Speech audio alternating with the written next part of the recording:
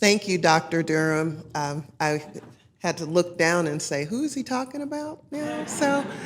But it's wonderful to be here, and it's wonderful to see so many here. I mean, this room is actually packed. When Dawn Kay, that's your new nickname now, Dawn Kay. When Dawn actually talked with me and told me, she's like, we're up to 180 people, and then we're up to 190. And I'm like, that is absolutely wonderful. It just shows that everyone is interested in this thing we call equity. It's very important. It's very important that we look at our populations within our institutions and that we make certain that all of our students are served, but particularly those that are African American. And so I am so pleased to not only see the 18 college consortia, but I am very happy for 14 additional community colleges that are here and that are interested in what we're doing in WEI. And I think what you're wondering is, okay, why are we here? And it is to learn the things that we've been doing for the last 4 years. And we thought that this was a perfect opportunity to showcase. And as you were coming in, you probably saw that our colleges are set up some booths here, kind of like a job fair type of situation.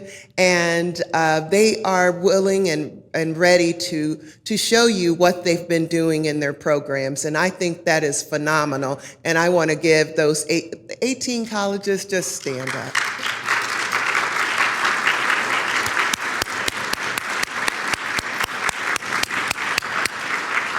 So we're very pleased with the outcomes. Of course, with everything, we have lessons learned, things that we want, challenges that we face, not only at the state level, but at the institutional level that you're trying to work through. And over the past 4 years, the institutions have been phenomenal. And if it had not been for the leadership, and that's one of the things I'll get to, having great leadership is very important.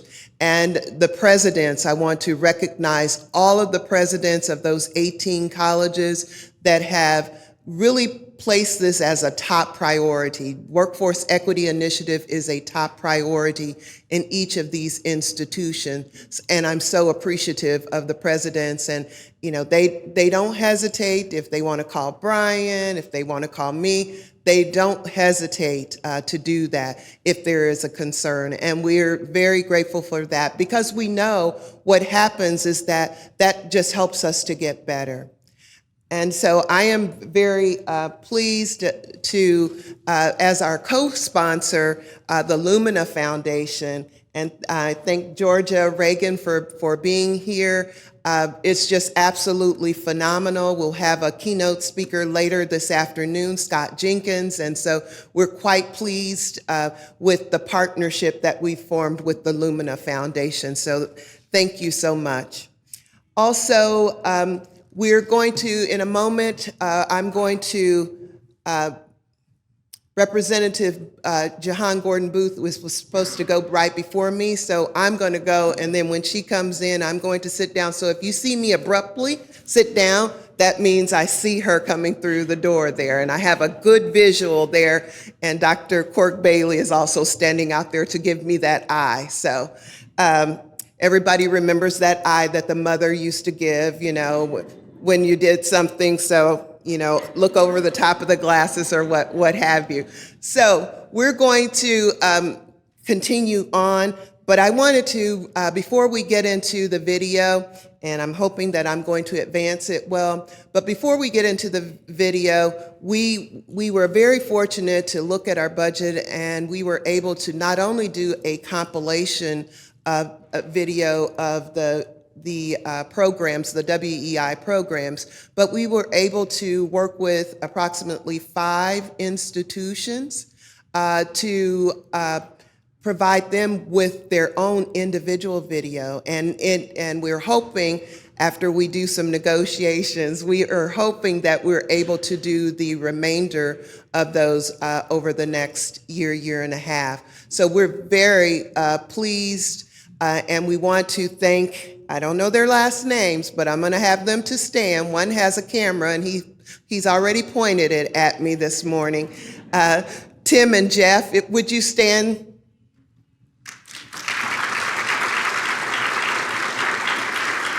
And Tim and Jeff are responsible for the video that we're about to show. And I'm going to make sure I do it right. That's you, Brian.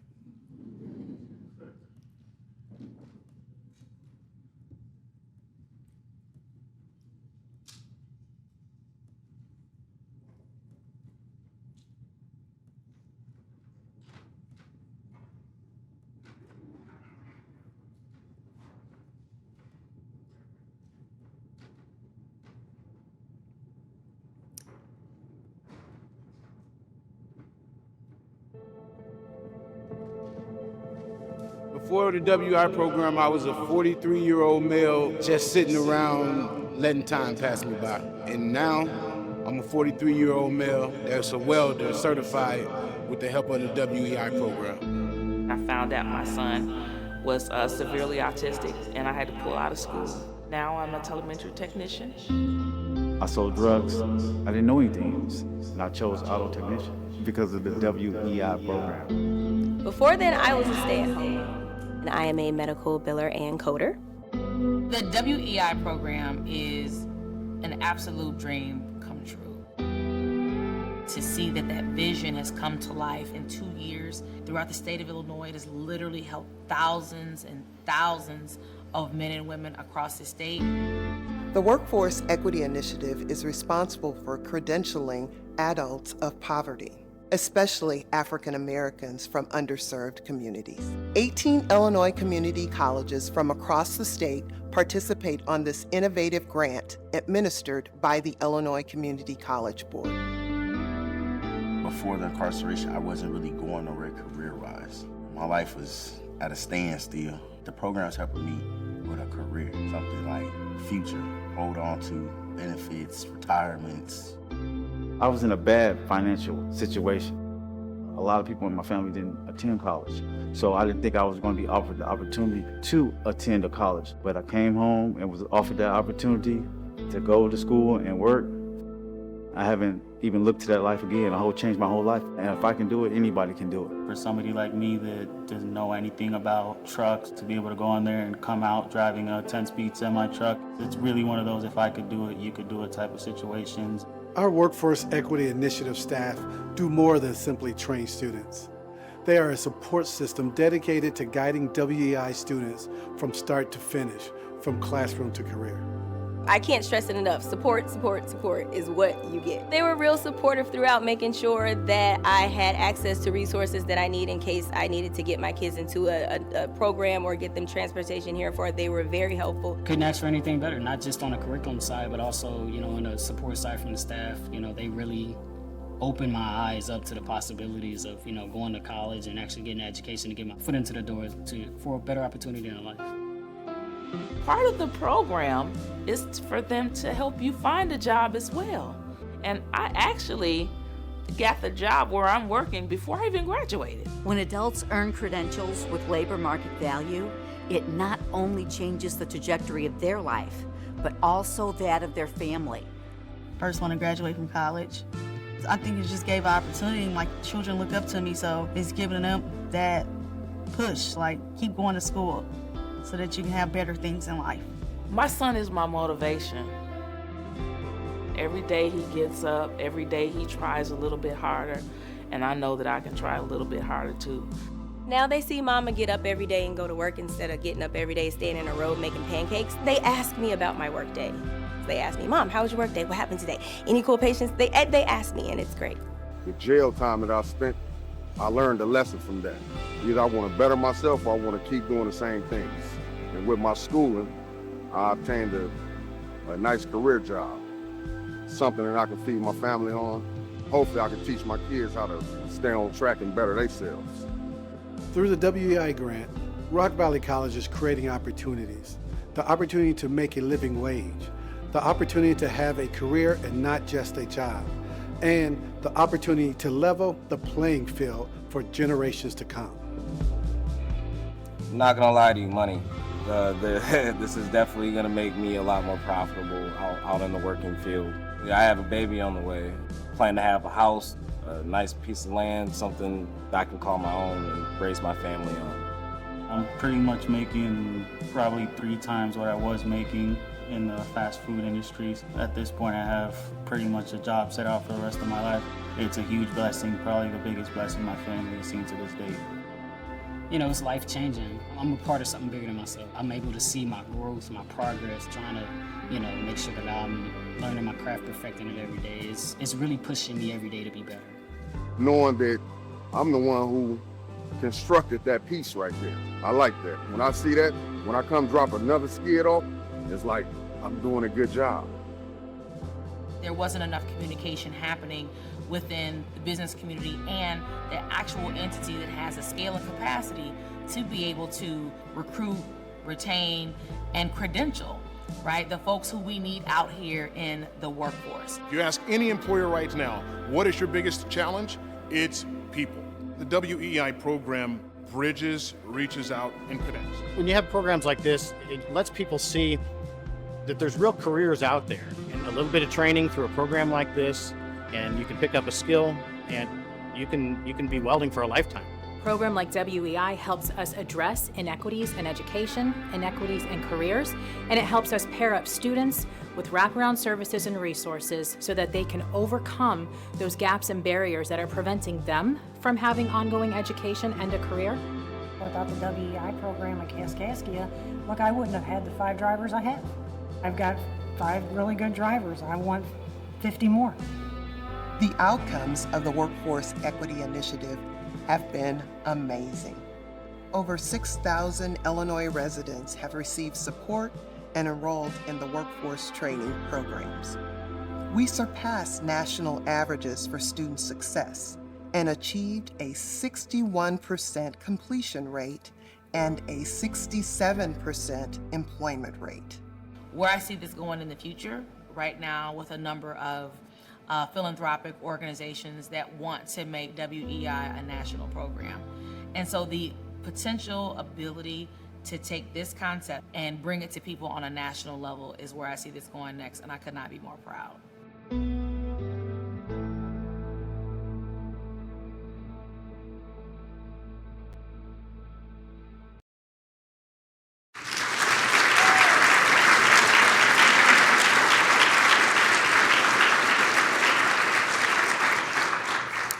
So as you can see, we are quite proud of the Workforce Equity Initiative, and I will probably just be grinning all day, so someone will probably have to say, stop grinning, stop grinning.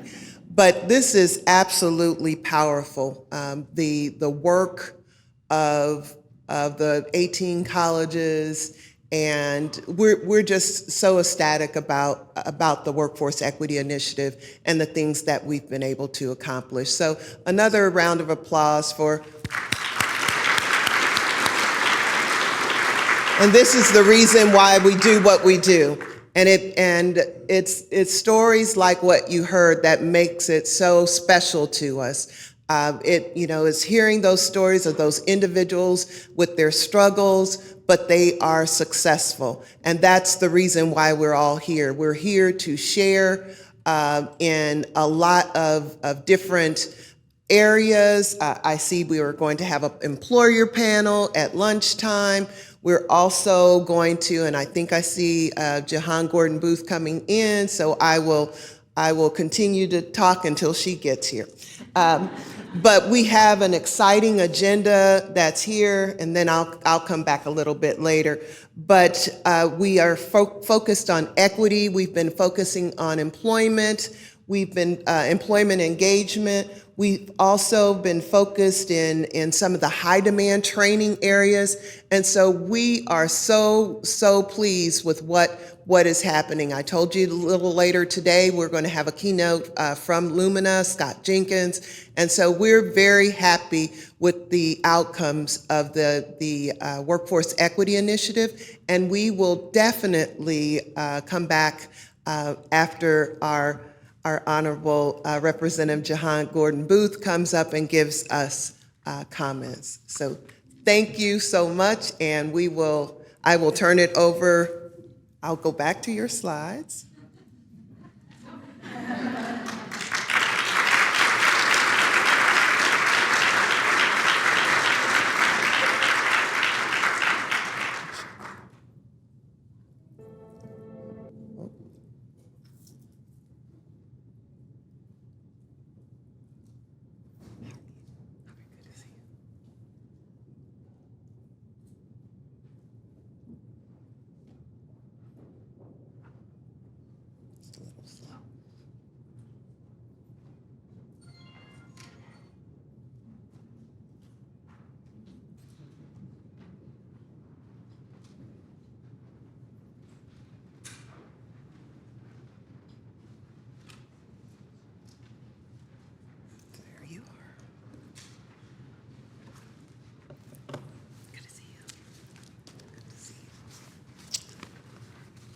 Well, good morning, everybody. So good to be with you all. If we could we give Jennifer Foster a big round of applause?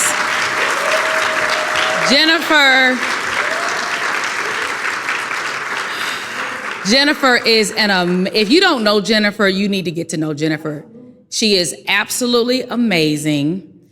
Just to tell you a little bit about me, I'm born and raised right here in Peoria, and I am one of those folks that comes up with all kinds of ideas, right? And a lot of us do that. I think the unique part about this space that I occupy is I'll come up with ideas, but I'll call the people who can execute it.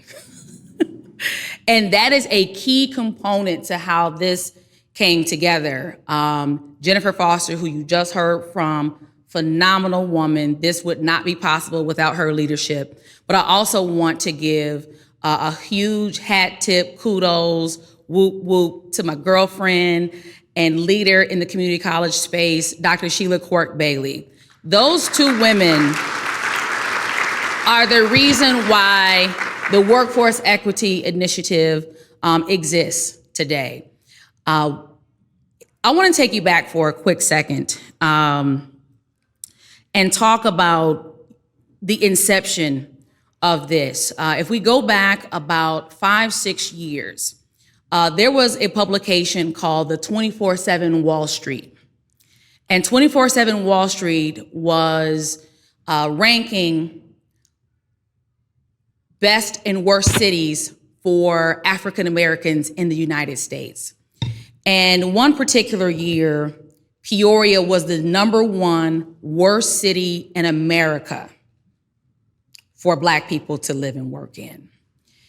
And as someone who was a leader and an elected leader at that time, it was a devastating feeling, right? Like I'm a movement child. My mother was my mother helped to start the Urban League here in Peoria. And so was born and raised in the church. So I've been always rooted in church and community my entire life. And so to live in a community that was going through that kind of tumultuous time was very difficult in my spirit.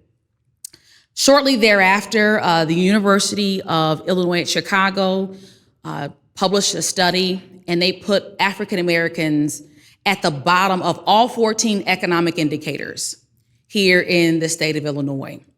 That was then followed up with the ProPublica, as well as it was who did it along with ProPublica? It was ProPublica and another entity that they do real significant deep dives. And ProPublica did a 6-month study. They came to Peoria, they came to Springfield, they were in Decatur, they went to Rockford. And because they were looking at this data that was being pushed out about Illinois, in particular about African Americans in Illinois. And one of the things that they were able to identify was that rather it was education, housing, economics, the criminal justice system. They were able to do significant deep dives relative to the disparity that African Americans were living in, particularly in downstate Illinois. Chicago was not a part of this study. It was all, similar sized communities, right? 100,000, a few smaller than 100,000, a few more. And then I read another article, and this is where I'll culminate all this. I read another article soon thereafter, and it was really highlighting what had happened this was toward the end of Governor Rauner, the end of his era. And it was about the participation in the higher ed system, community colleges as well as the university system of African Americans. And at the same time, that Hispanic participation in the higher ed system had jumped by like 36%. African American participation had declined by about 27%. So being in a leadership role, being the caring, loving person that I am for all communities, you can't look at all this data and just keep doing the same thing. You can't say, oh, we need a program, but it has to be for everybody, because if we're not talking about making significant changes with an equity lens, what are we really doing? It's status quo. It's doing the same thing and hoping for a different result. And similarly, again, I've shown you a little bit of love. Oh, thank you. See, she's thinking about me. She brought me some water. She just loves me. I love her too. The beauty of this space that we occupy is that when kindred spirits can come together, they have a shared vision and a shared goal. Dr. Quirk Bailey hadn't been in this community for a long period of time, but I remember, and I'm sure many of you that work in this space, you burn, right, in your spirit around the things that need to be leaned into to make the kinds of changes that we need to see in our community. And then when you find other people who you feel are spirit warriors in that way, you connect with them. Dr. Quirk Bailey was that spirit warrior. And as a leader, I saw her talking about these issues in a manner in which I had not seen any other CEOs in this community talk about the issue of equity, the issue with intentionality, leaning into a community that clearly was in despair. And I don't know if you remember that meeting, but she held it was a bunch of muckety-muck type people over there at ICC. And I waited in line. I said, I have to talk to this woman because she and I have to work together because she gets it, right? And when people get it, and she got it. And I said, girl, we're gonna work together. We're gonna do some things. And we did. Looking at the data about, right, if we're looking at I think of the 10 cities in the 24/7 Wall Street article, 4 or 5 of the 10 cities were right here in Illinois. It's devastating. Looking at the University of Illinois, 14 economic indicators, African Americans at the bottom of all of them.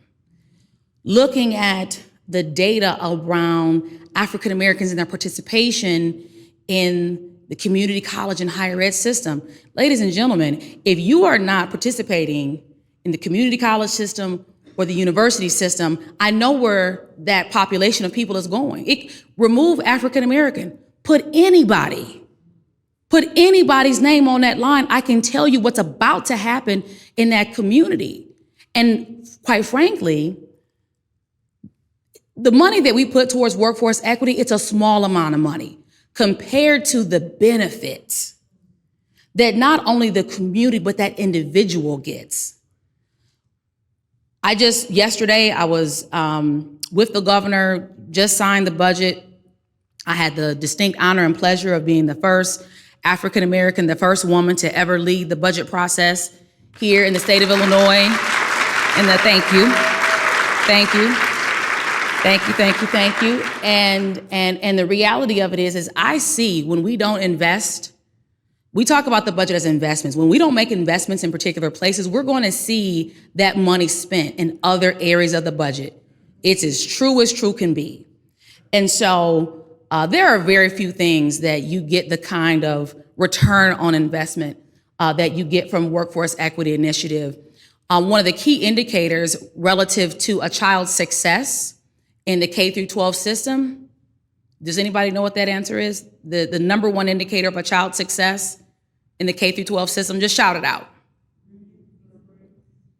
Their parents' income. Number one indicator is their parents' income. It's the number one indicator of that child's success. I mean, but think about it. If you have a child and you have the resources, I have a COVID baby. My daughter was in kindergarten when COVID kicked off in March of 2020. Guess what? My husband and I have resources.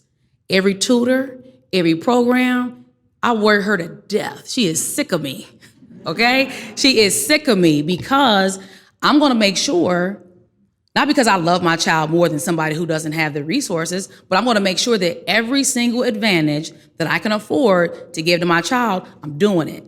And when people have the income, they will do it too.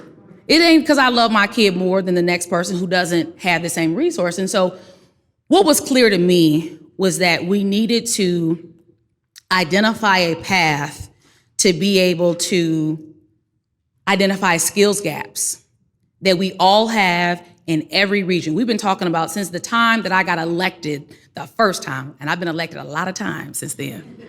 But from the time that I first got elected, I remember, matter of fact, being right here at the Embassy Suites, Bashir Ali was doing a workforce training about the skills gaps that existed right here in this region. But as I continued in this space, the skills gap exists not just all over Illinois, but all over the country. And so really the concept around the Workforce Equity Initiative was really born out of all of this terrible data, right, that we were gonna do something about. We weren't gonna just sit back and let this stuff sit out there and not do something about it. We're gonna take this data and we're gonna flip it. And we were going to identify a path to go in a different direction. And it wasn't gonna change everything overnight, but we were gonna make a substantial difference in the lives of people, in particular in the lives of Black people all over the state, because the data said that is where the largest problem is.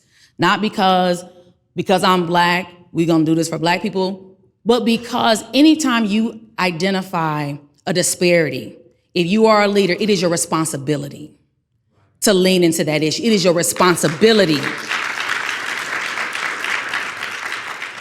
We can talk about violence prevention, we can talk about violence reduction, but ladies and gentlemen, when you look at communities where people are working, they don't carry guns.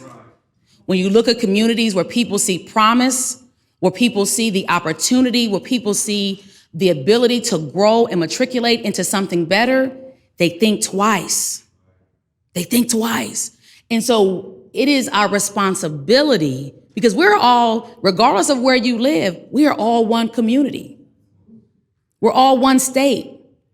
And when we see a particular population of people that are carrying an extra load, I think we should be leaning in, and we did just that. And so looking at opportunities and ways to be able to ensure that we could begin to change that data over time, right? Because it didn't happen overnight, it's not gonna change overnight. But identifying ways to change that paradigm was really the Workforce Equity Initiative. We were gonna identify those skills gaps. And there is no better entity, because I'm a movement baby. I'm also a community college baby. I started in the community college system. When I graduated from the University of Illinois Urbana-Champaign, I went back to the community college system. So baby, I love community colleges. Love them. And will always be a staunch advocate for the community college system, because unlike everybody else, the community college system does not discriminate who they take. You could have whatever the GPA might be. You might, well, you know what? See, back in my day, if you didn't test the right way, you might have been in 094. You might have been in an 094 math class, and it may have taken a while. But I have learned that a lot of that has been put to the wayside, but which I like, because a lot of folks would burn up a lot of FAFSA money. And that was preventable. But nevertheless, The community college system is the one system, in my estimation, that has the capacity and scale to be able to meet this kind of a significant challenge, particularly if they partner and work with those community-based organizations that are in the trenches, that are connected to community, that are closest to the problem, but the community college system, in my estimation, is closest to the solution. And by bringing those two entities together, we're able to birth something beautiful by using the concept of collaboration to be able to provide high skill, high wage outcomes for underrepresented individuals living in poverty. And we've been able to do just that with WEI. Well, hold on now. There we go. We've been able to do just that with WEI because of the collaboration between all of the partnering community colleges and those organizations in communities that have those close relationships and ties to be able to ensure that the individuals and the participants of WEI have the ability to get those ever so important wraparound services. When I was working in the community college system, I worked for our now mayor, Dr. Rita Ali. And in that program, I worked very closely with minority students. And one of the things that I was able to quickly identify is that the same things that another student that maybe wasn't first generation, that maybe had a little bit more of a support system, like a flat tire, like lack of childcare. When you have a support system, or you're not necessarily a first generation college student, you might be able to call on somebody to buy you a new tire, patch the tire, or even call AAA. Many of our students, particularly first generation students, minority students, a flat tire would literally be the spiral of everything unwinding. They would stop going to school, they wouldn't be able, because here's the other reality. I used to catch the bus to ICC, and to tell people like, oh, just catch the bus. Yeah, but it used to take me 2 hours to get to work. And that's with no child. With no kid, it took me 2 hours to get to work. So when you think about, oh, well, just do this or just do that, it's not always so easy for people to just do something that chances are you didn't even do yourself. And so the beauty of WEI is WEI really takes into consideration the real lived experiences of individuals who are living in poverty and frankly want to do better, right? Because this is self-selection. You have to say, I want more. I want more for me. I want more for my family. I want more for my children. And I'm willing to do the work. That is why I believe that WEI has seen such success, because the individuals that are part of this program have identified themselves as someone who wants more and they want better. And WEI is established in such a manner that it has supported individuals in a holistic manner by providing childcare, by providing oftentimes stipends, providing those things that really begin to fill in the gaps for this population that has struggled for many, many years. And again, when we start thinking about, and anytime we're spending money as a state, I call it an investment, okay? When we're talking about these investments, we have to think about the outcome of these investments, and the targeted colleges that are a part of this WEI initiative were specifically pulled out of a concept that was created so WEI was created in 2019. Disproportionately impacted areas was also created in 2019. DIAs are a specific terminology that was created through the CRTA. CRTA is the Cannabis Recreation Tax Act, which I was blessed to be a part of. I worked on that policy as well for 4 years. I was one of the marijuana moms. Not like that. It just so happened that the 4 women that legalized the product, we all happen to be moms. Get it? So we were able to use this distinction of the disproportionately impacted areas, oftentimes called DIAs, because that was the way by which we designed where the R3 money, R3 stands for reinvest, restore, and renew. That is 25% of the income that comes from cannabis that then goes back to invest into communities. I called it a bit of a reparation, right? Reparation means repairing the harm that was done by the war on drugs, the 80 plus years of the war on drugs that frankly targeted these same communities. These same communities that we are now reinvesting in with things like R3 and WEI and other initiatives are the same communities that were targeted, and men and women were sent to jail and to prison and had their children taken from them by DCFS. I could go on and on for a product that people are making billions of dollars off of now.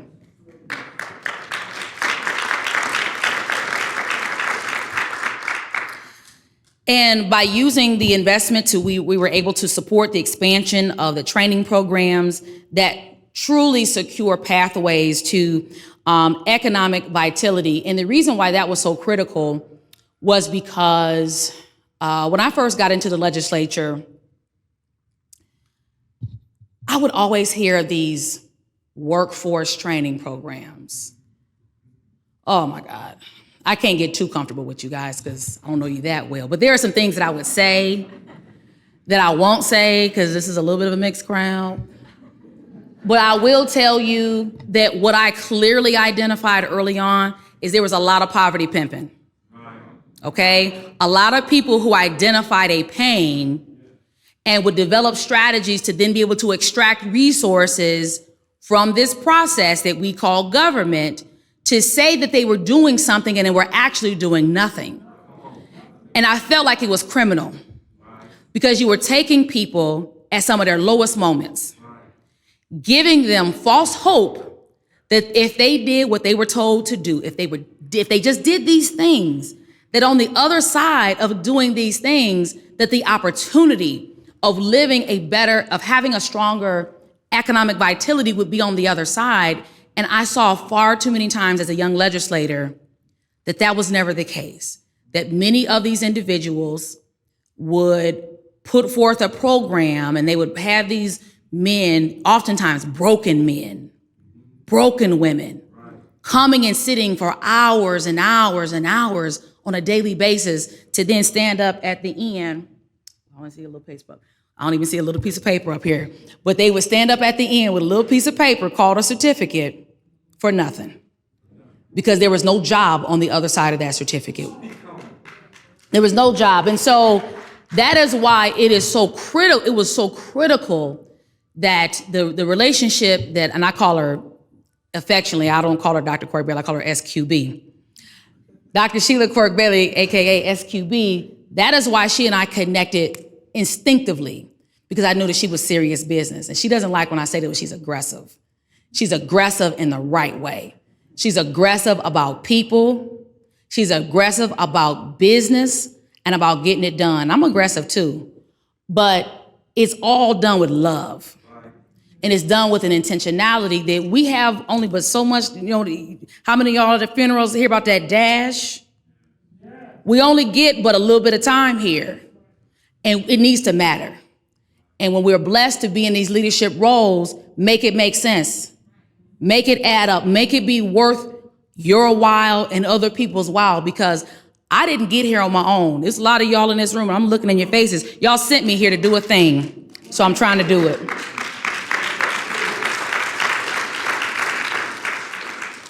And so with that, we have been able to, with this work, we have been able to impact over 9,000 individuals. I want to just take a step back for a second. Over 9,000 people, many minority, largely African American, because that was the design of the program, because that's where the disparity was. Over 9,000 folks had been pulled out of poverty. And that may not sound like a lot to you, But let's talk about that trickle down. What was that? Was that Ronald Reagan that talked about that trickle down economics? Let's talk about the trickle down economics of 9,000 people that were in poverty in 2019 that don't live there anymore.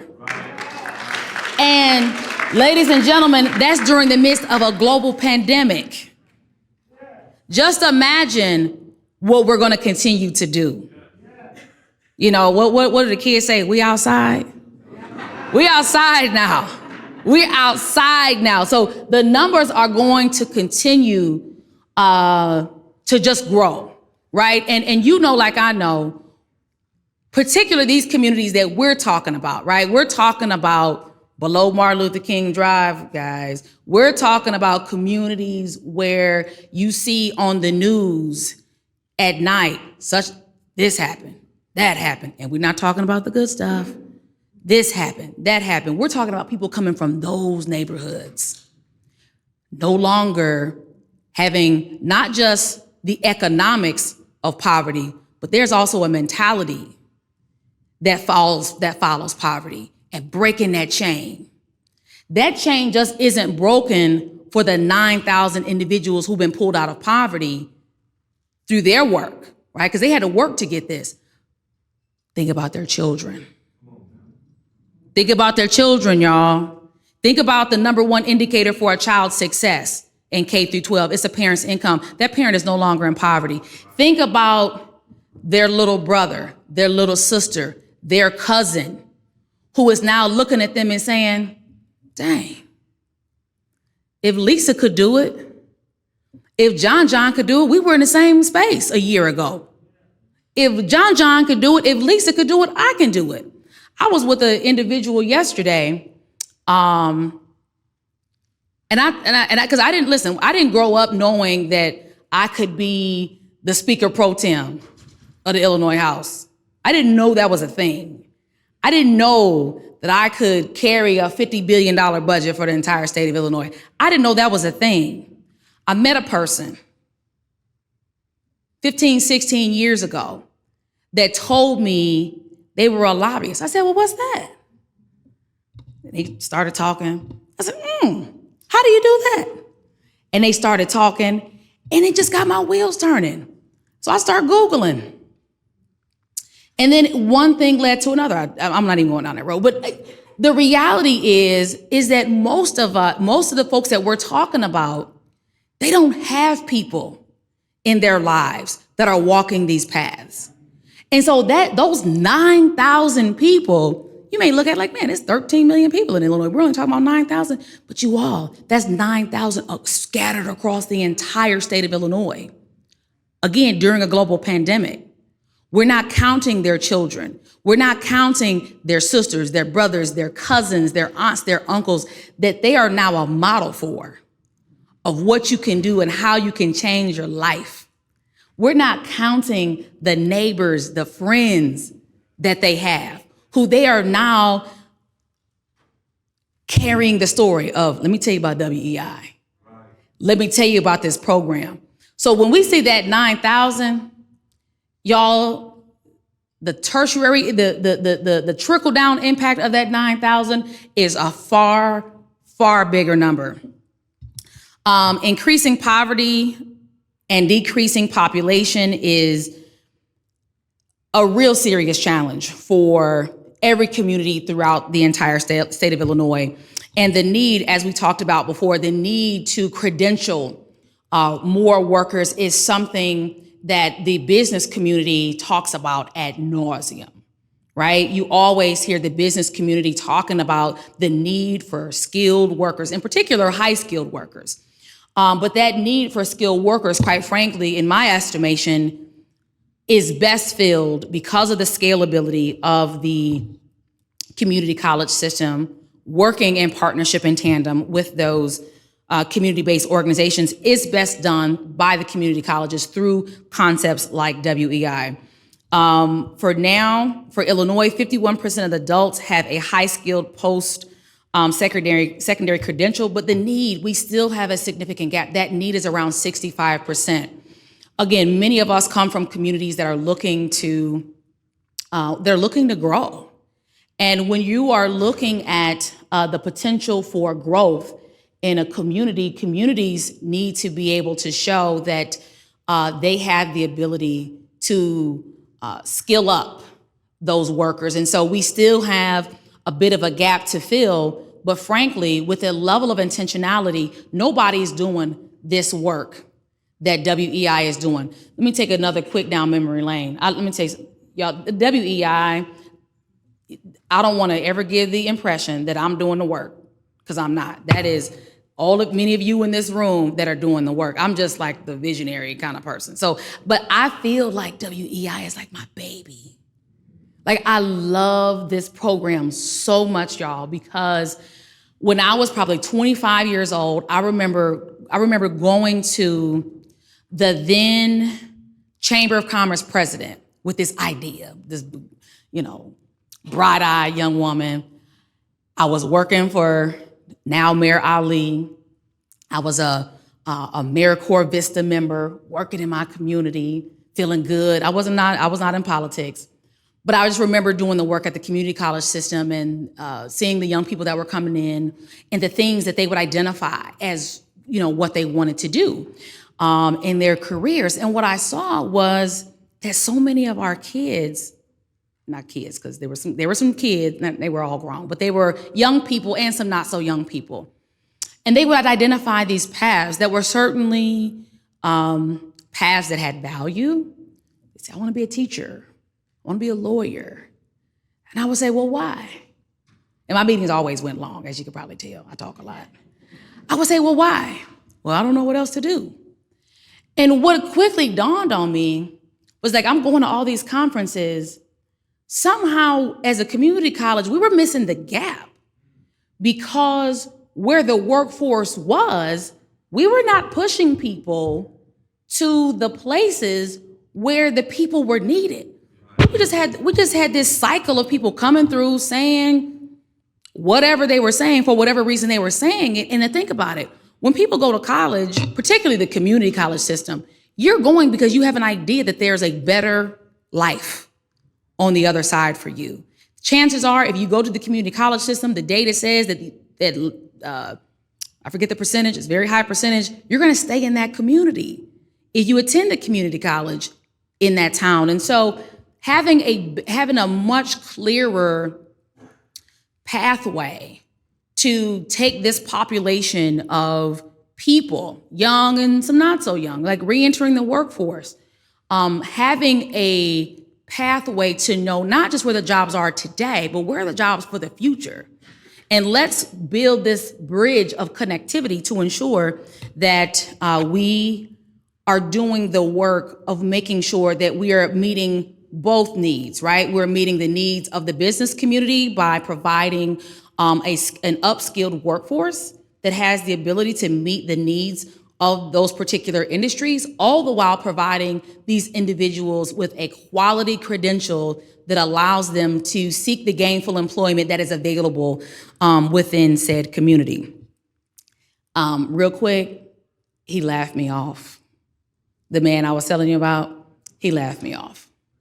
But that's okay, because that was a part of bringing forth WEI. Real quick, I don't know how many of y'all go to church, but I don't know about you, but I've been through a few things, work-wise, real life-wise. I'm not going there today, but I will tell you, because I know that we all go through things. My favorite Bible verse of all times is Romans 8:28. Look it up if you don't know it. Romans 8:28. So all those little things that happen along the way, God working it all together for the good.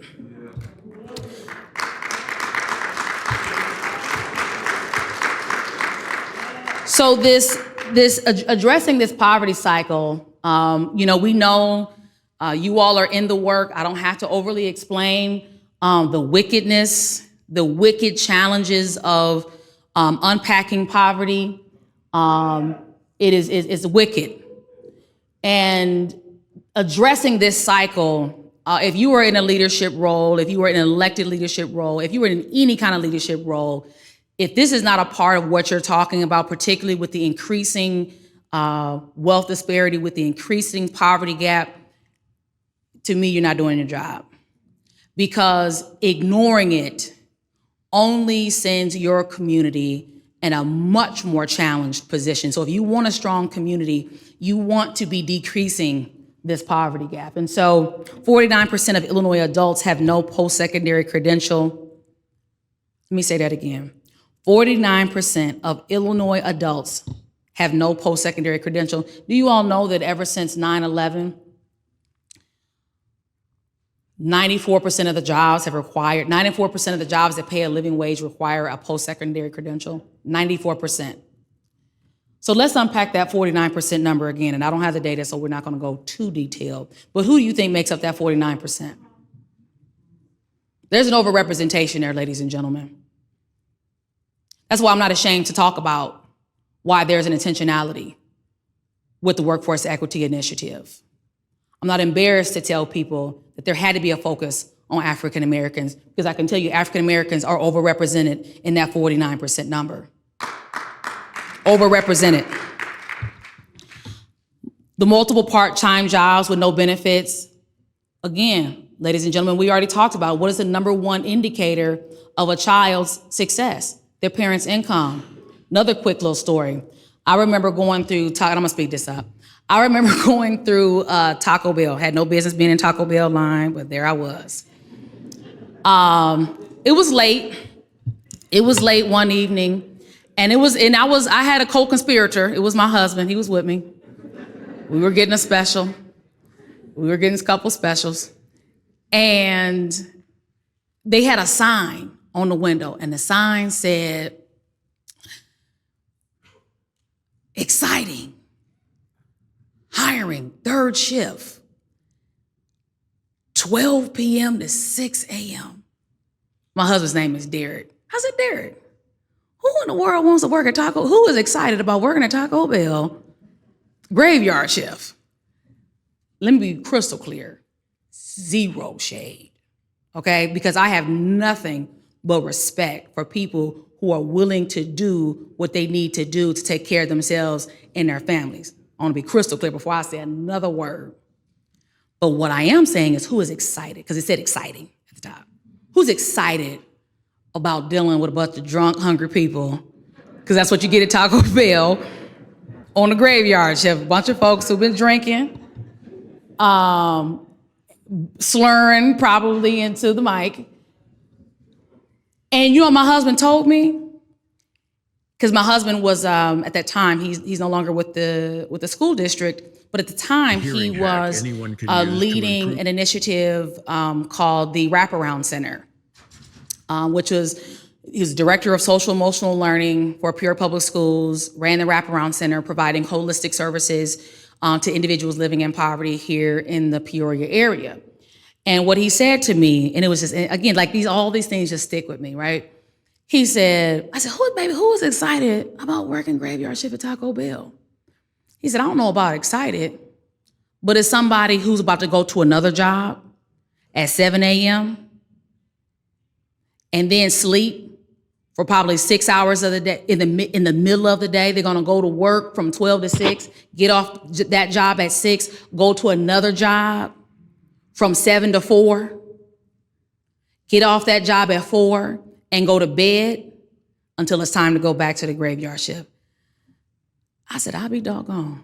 He said, and the crazy part about it is, he said that person has kids and they can't go to the games. They cannot go to the pre-scheduled parent-teacher conferences. They cannot engage in their children's lives in the way that you and I are able to, because they're trying to piecemeal 2 minimum wage jobs.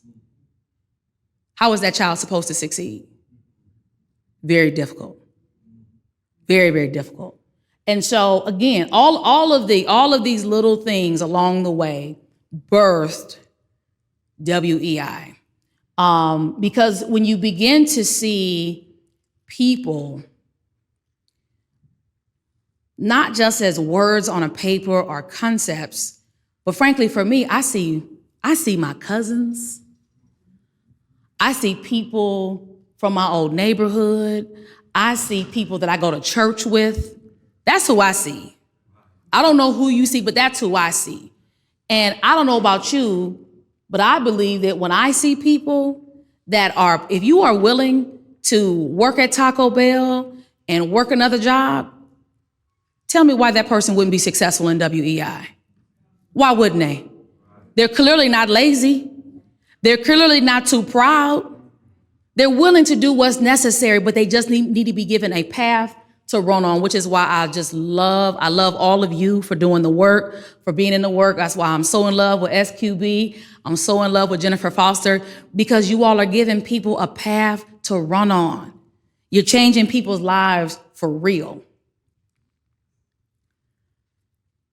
The need within the African American community, we've talked about it, and I won't go ad nauseum with this, but clearly the data shows that the African American community has significant challenges, whether it be community-based violence, multi-generational poverty, the lack of hope that you often see in communities.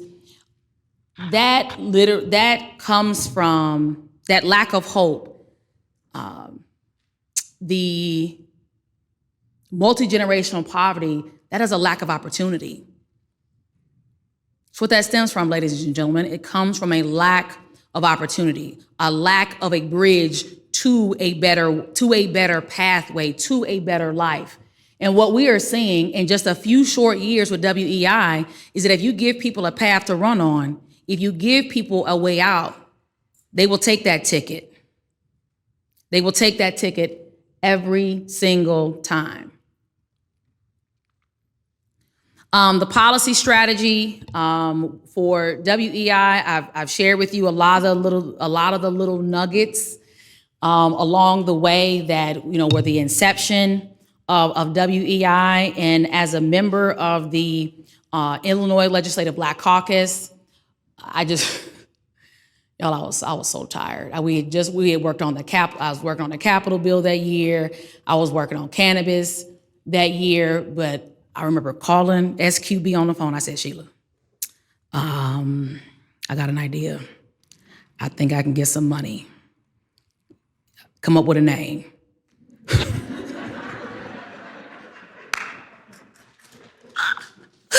I think that was about it too. I said, come up with a name. Because we had already been talking about it, right? And that's the beauty. And I share some of these stories because I don't want you all to be discouraged. I don't want you all to be discouraged by things not working out the way that they're supposed to work out when you want it to work out that way. I don't want you all to be discouraged because God has a plan, and it's not always a straight line. It never is a straight line. If it's talking to me, it's never a straight line. It's always real, but it gets you there. And he puts people in your life. He puts people on your path the entire way. And then you look back and you're like, God was working this out the whole time. Sometimes things happen quickly. Sometimes things take a really long time. But the design of WEI was, frankly, it was all of you that are leaned into this work. It was all of us and all of our experiences culminating. Because WEI just isn't here in Peoria. It's literally across almost 20 communities in this state. Dr. Quirk Bailey isn't everywhere. Jennifer Foster isn't everywhere. And I just happen to be in love with them. But I love y'all too. And I love y'all because you are leaned into the work. You're leaned into the co-design. So even though it says ILBC, that's Illinois Legislative Black Caucus, Illinois Community College Board, and ICC, you all are a part of that co-design. Because it would not work without you. I basically went to the Black Caucus members on the floor one day with a piece of paper that Sheila and I had worked on, and I said, hey, y'all, look. This is what we're gonna do. We're gonna help people, and we're gonna help train them, and we're gonna help get them jobs. You in? They said, yep, and that was it.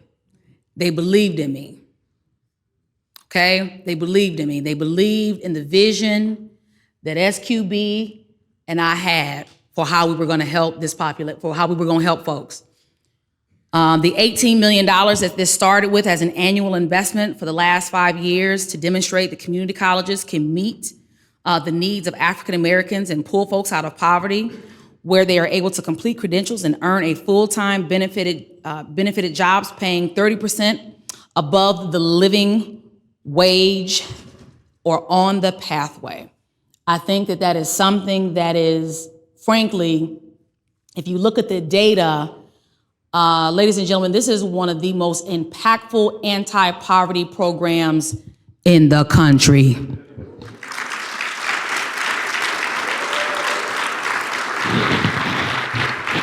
You will hear later from Lumina, but what is exciting to me what is most exciting to me about WEI is when I meet someone who came through the program, who at one point in their life lived a very, very different life.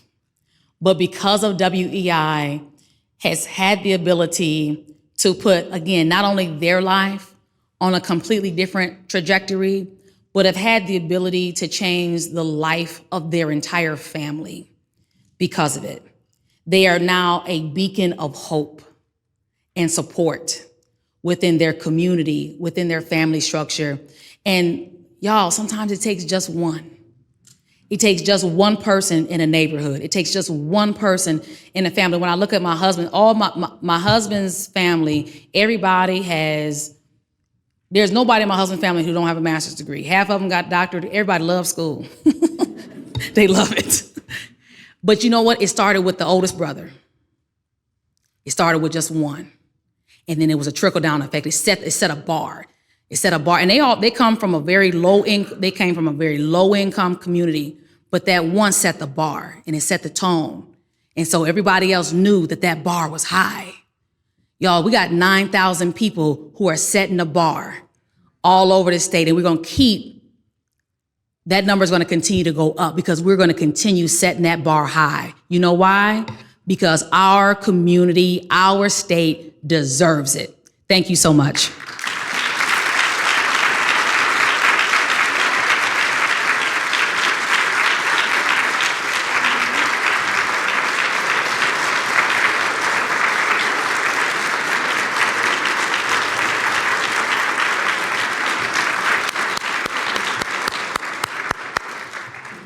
Absolutely amazing. That's all I can say is absolutely amazing. Of course, I'm not going to get to that other part, but I will give you more information later. You will be going to sessions. Thank you so much, Representative. We really appreciate your time and also your comments because they were spot on. The video that we showed right before she came in really just tied in perfectly. So what we're going to do, we're going to go to our sessions, our breakout sessions, and then we will come back to this room for lunch. And then we will have our panel of employers. So session time. Thank you.